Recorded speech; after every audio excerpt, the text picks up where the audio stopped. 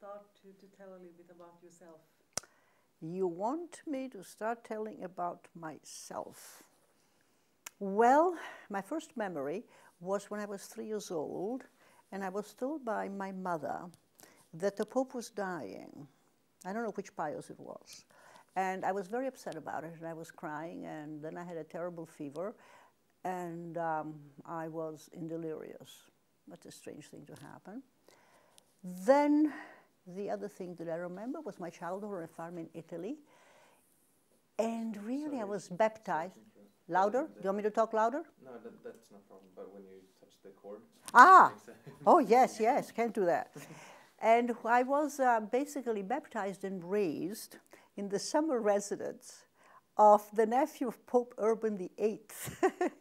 Yes, and there was a giant gate to the entrance of this farm, and it was a monastery, and the monks had been living in the basement, and it was rather creepy. There were these giant metal doors with keys this long, and every time you turned the key, it creaked, you know, with these 300-year-old beams on top. And for the first 7 years of my life, that was my heaven.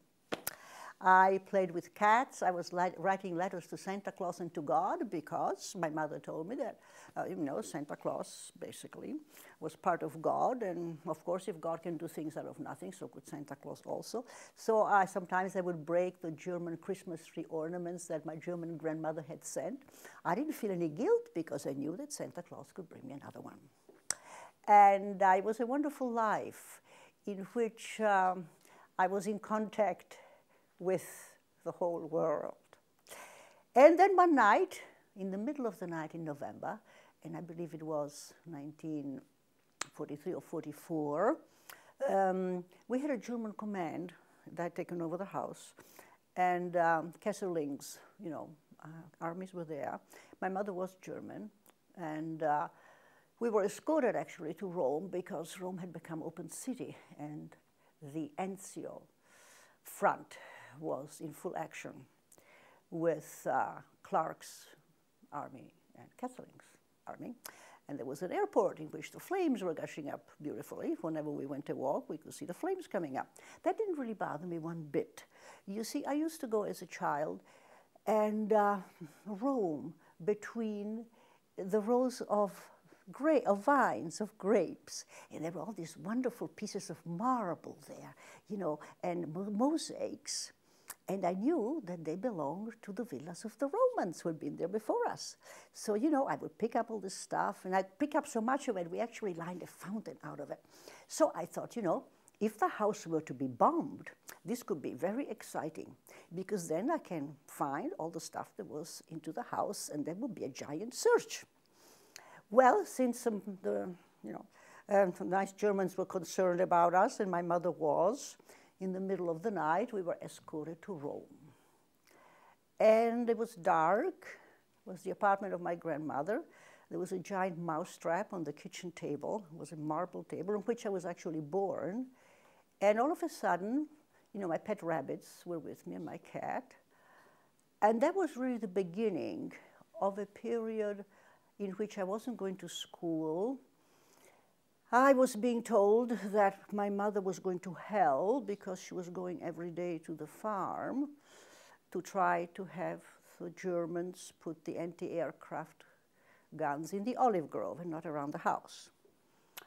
And she didn't go to church, therefore she was going to hell, and I never knew when my mother was coming back.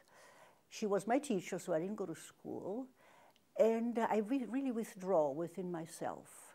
I would call it now a defense mechanism in which I really was depersonalized, but there was just, you know, God had left. A God that would damn my mother was not a good God, and I didn't want to have anything to do with it. Had betrayed me.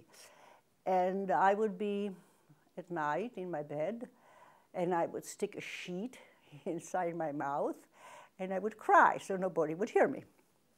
And this lasted for several months until somebody heard me, and the country doctor said, "Take her back to the farm." And so, with the bombs falling and with the streetcar, my mother and I went back to the farm. There, you know, one of the Germans put us in a jeep, And here we were at the big gate with the long walk back to the house. Well, it was very interesting. I mean, the pear trees had gone, the rose bushes had gone. When we arrived to the front of the house, there were all these people there. They were peasants that had taken refuge inside the house. There were these giant heaps of grain. All the furniture was gone. So all of a sudden, I had dropped out of the Garden of Eden.